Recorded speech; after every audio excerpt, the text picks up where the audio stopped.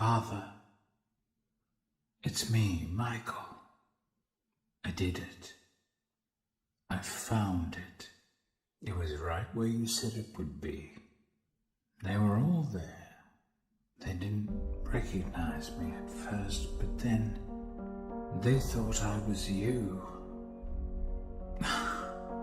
And I found her. I put her back together, just like you asked me to. She's free now. But something is wrong with me. I should be dead, but I'm not. I've been living in shadows. There is only one thing left for me to do now. I'm going to come find you. I'm going to come find you.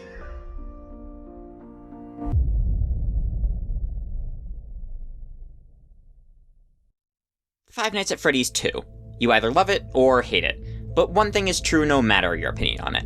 It's important to the overall story of the series, but people seem to have all given up on analyzing this game. People generally think the story is pretty clear, with only a little bit of nuance that doesn't really matter. But I don't think that's correct. After digging a little deeper, I realized this game and the connections it establishes help to clarify portions of the timeline that I think people aren't considering enough. First things first, we have to address the most contentious part of this game to this day. Whether or not it takes place in the summer of '87 or in the fall in November instead. This will serve as a good jumping off point for the rest of the theory. For context, in the night one phone call, Phone Guy welcomes us to our new summer job. Hello, and welcome to your new summer job at the new and improved Freddy Fazbear's Pizza. Implying that the events of the game take place sometime in the summer, anywhere from May to August if we're being generous. While the paycheck we receive at the end of the week says that we are getting paid in November. Now this seems like a straight up contradiction, until you remember one thing. In both FNaF 1 and FNaF 3, the Phone Guy calls are explicitly tapes, not actual calls the character is receiving.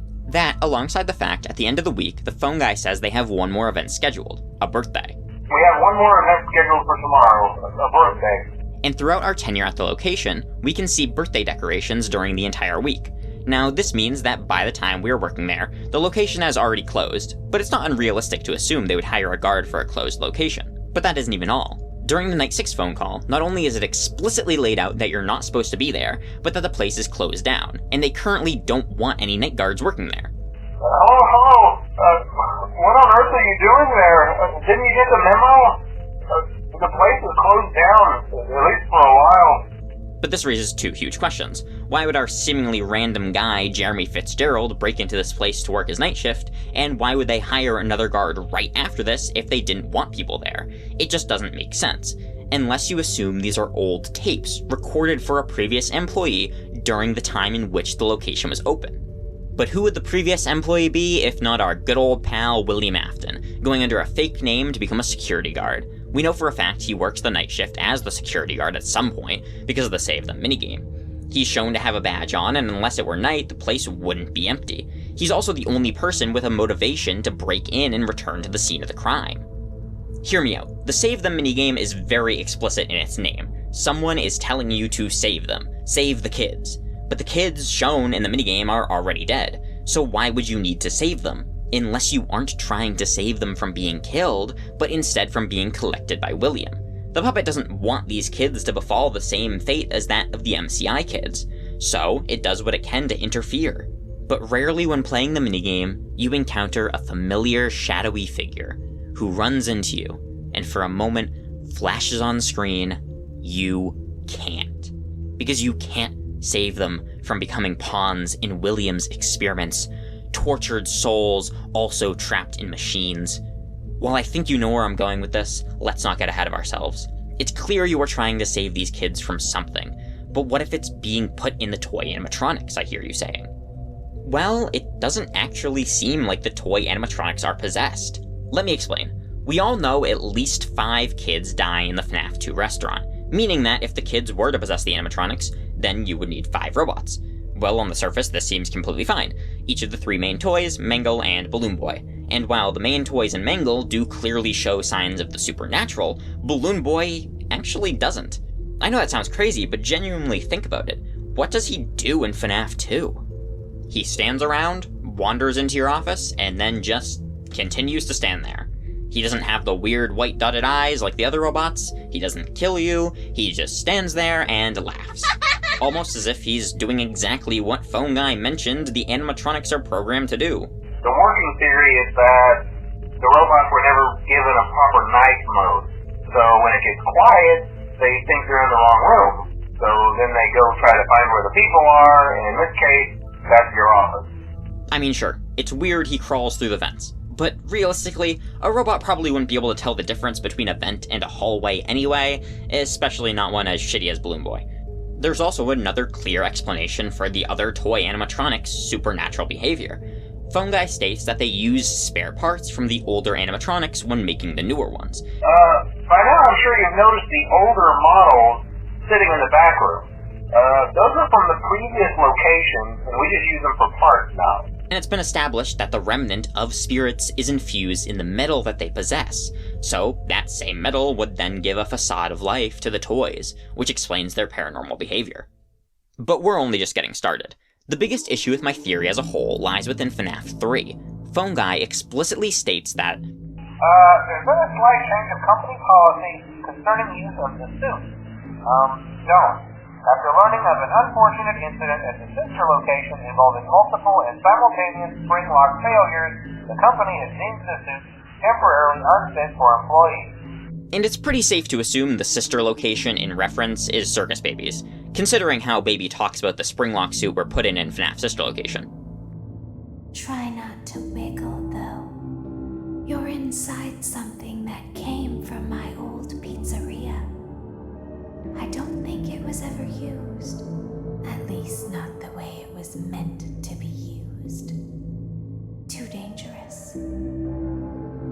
It's just big enough for one person to fit inside, but just barely. But in the phone call after that, he mentions that Under no circumstance should a customer ever be taken into this room and out of the main show area. Management has also been made aware that the spring body animatronic has been noticeably moved and would like to remind employees that this costume is not safe to wear under any circumstances. which seems to pretty clearly indicate that Circus Baby's and thus Elizabeth's death is before the MCI, which dismantles the theory. But then I got to racking my brain and something clicked. The FNaF 3 phone calls aren't referring to the original location. The FNaF 3 phone calls are from the FNaF 2 location. I know this sounds out there, but hear me out. The Springlock suits have existed for a long time, and based on how Phone Guy talks about Fredbear's Family Diner in FNaF 2, it seems like he has little knowledge of it. We're going to try to contact the original restaurant owner. I think the name of the place was Fredbear's Family Diner or something like that.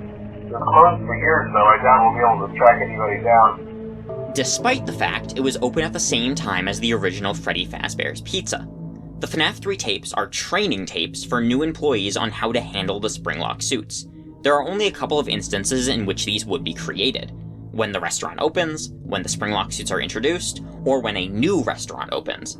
We know that the Springlock suits were likely introduced before, or at least alongside the introduction of the original Freddy's location, and at the very least, before the MCI and the Bite of 83. But it seems like Phone Guy hasn't been with the company that long, so what would prompt them to make new training tapes, if not the introduction and opening of a new restaurant?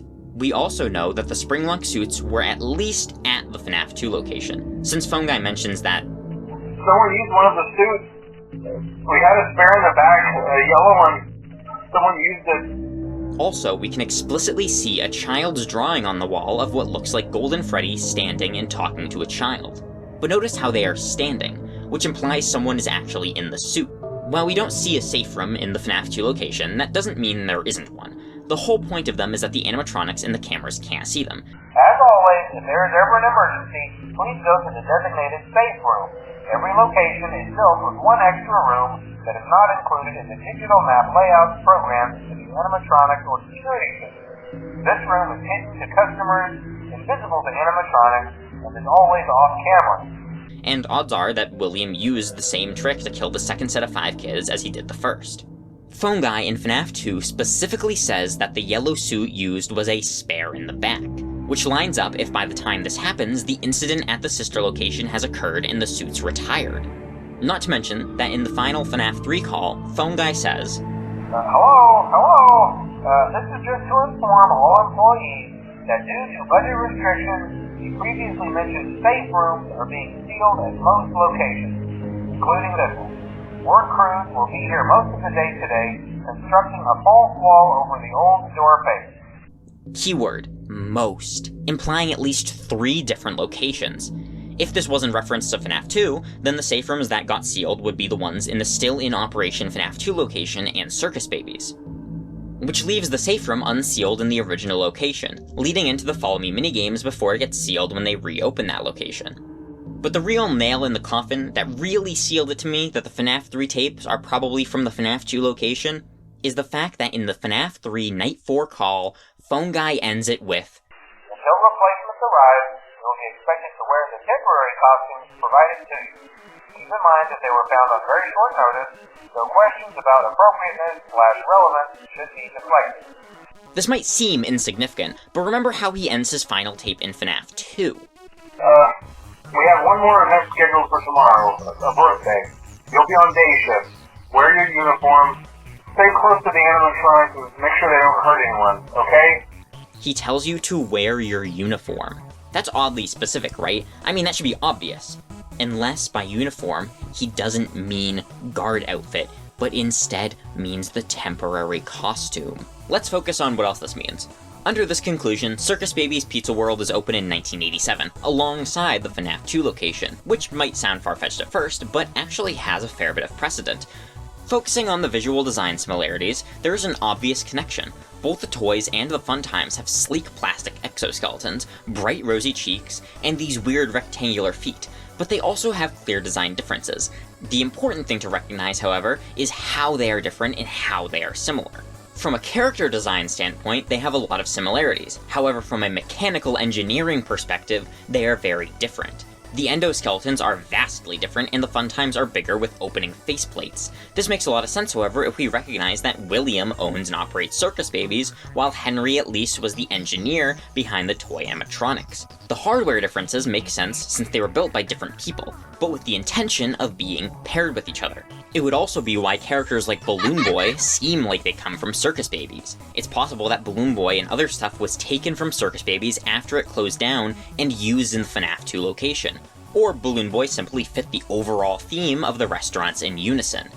You also have stuff like that concept art of the toy animatronic characters as sister location Springlock suits. Notice the 4-way faceplates. This also helps to support the idea that the Springlock suits were still in use during the time the FNaF 2 location was in operation. Phone Guy even mentions in his FNaF 2 Night 3 call that there are... Oh hey, before I go, I wanted to ease your mind about any rumors you might have heard lately. You know how these local stories come and go and seldom mean anything. I can personally assure you that whatever is going on out there, however tragic it may be, has nothing to do with our establishment. It's just all rumor and speculation, people trying to make a buck, you know. Our guard during the day has reported nothing unusual, and he's on watch from opening till close. Which could very well be in reference to what would currently be happening at Circus Babies. But most convincingly of all is Mangle. Everyone has been unsure of this thing's purpose, but FNaF World makes it clear that Toy Foxy, aka Mangle, is actually Funtime Foxy. Note a very important distinction, however. The Funtime Foxy we see in Sister Location doesn't have a hook, while the one in FNaF World does. But Mangle can't be the same animatronic we see in Sister Location. Not only have we established the lack of hook, but fundamentally, they are designed completely differently, despite the clear visual similarities. The only way this could be explained is if there are 2 of them.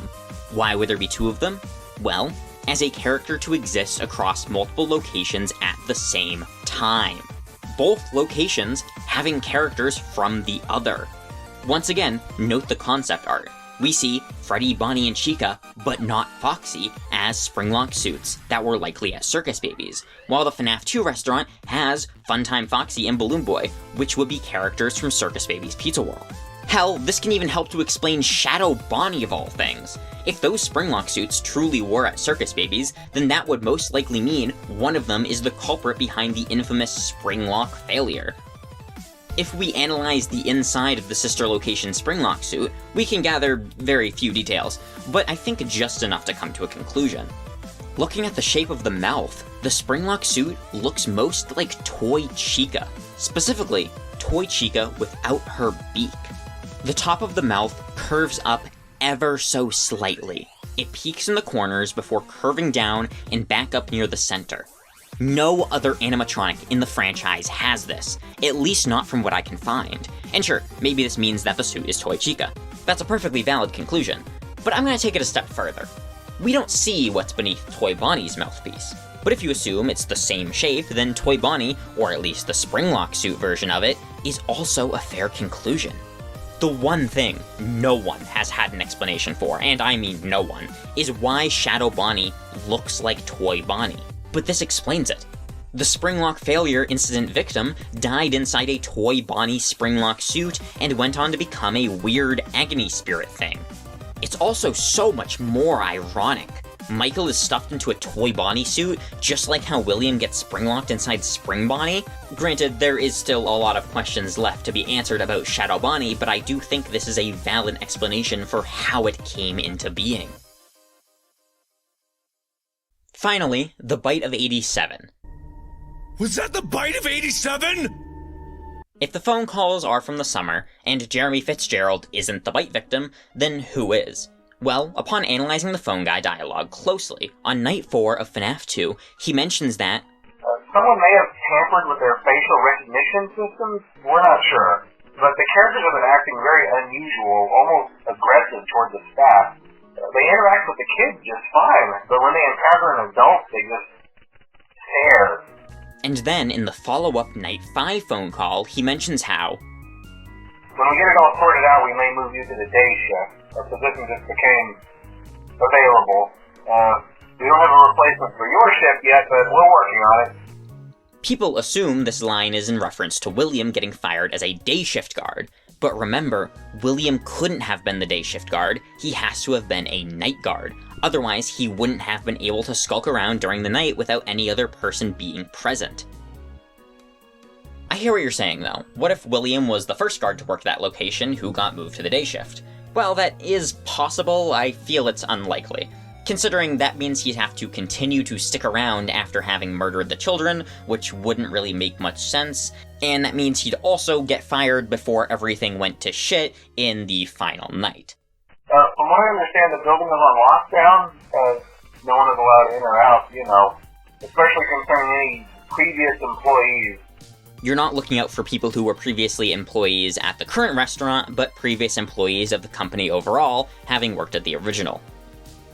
All that being said, that would make our victim of the Bite of 87 some random-ass day shift guard. Maybe not the most exciting conclusion, but based on the evidence, it seems most probable. Everything I have been arguing up until now in this video has been to establish a coherent timeline of FNaF 2.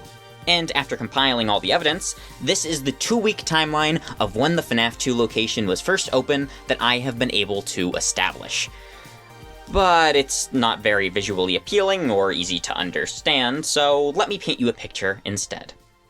Years after the unfortunate events that took place at Freddy Fazbear's Pizza, the company attempted to rebrand and open 2 new locations in conjunction with one another. One, a new brainchild by the original founder of Freddy's, and the other, a rebrand of Freddy's by the man who built the original robots. But William had other plans. He specifically built Circus Baby, the new star of the show, to capture and kill one kid. After having noticed all of the strange occurrences years ago with the original robots, he wanted to test to see if he could recreate what brought them to life, and see if it truly was possession. Both locations open at the same time, and the same day Circus Babies is open, the animatronic kills Elizabeth, and an employee gets springlocked within the suit. The place is immediately shut down, primarily because of the employee's death, but also, for William, the loss of his daughter. After hearing word of the incident, the springlock suits that were only just getting introduced to employees get retired to the safe room, where they instead implement old, temporary, regular costumes. However, after After William brings Circus Baby back to the underground bunker for storage, he notices that her eyes have changed color. His plan has backfired, but also proven his theory. The first week of operation for the new Freddy's concludes, and the night guard moves to the day shift, as the animatronics are acting weird. So William takes this as an opportunity to collect more data and do even more experiments. He applies for the job under a fake name and goes through his nights as a night guard as normal, getting a call from Phone Guy each night, but also uses his favorite spare spring Bonnie suit in the back to lure kids into the safe room throughout the week. Management, as well as the police, catch wind of this, and Phone Guy has to make an announcement to the employees as the police begin investigating the restaurant. But it's too late. The animatronics are getting even more restless in the presence of Afton, and one of the animatronics ends up biting an employee, causing the infamous bite of 87. The place goes on lockdown, before completely shutting down when William lays the bodies out throughout the restaurant, making sure to place them out of view of the cameras to create an alibi as to why he wouldn't have seen them when working the night shift.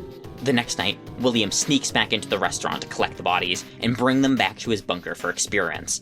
But Phone Guy notices and sends one last phone call, questioning what he's doing there, before finally, Fazbear decides to cover their tracks and seal the safe rooms, specifically the one in the new Freddy's and in Circus Babies. But that is only the first half of the FNaF 2 timeline. We haven't even covered the events of the games yet. We still have one glaring question left to answer. Who then is Jeremy Fitzgerald, and who is Fritz Smith? A key detail within the games that a lot of theorists seem to disregard is the inclusion of the end-of-night cutscenes. I think these cutscenes actually help to tell us what the one retcon Scott mentioned truly is, because it's not Charlie's gender like most of you probably assume. I've been tiptoeing around it this entire video, but it's finally time to address the last argument I'm going to make and the conclusion I'm going to come to. The MCI kids are not in Ennard. The DCI kids are. But while I don't think the MCI kids are inside of the Fun Times and thus Ennard, I do think there is merit to the idea that they are inside Molten Freddy.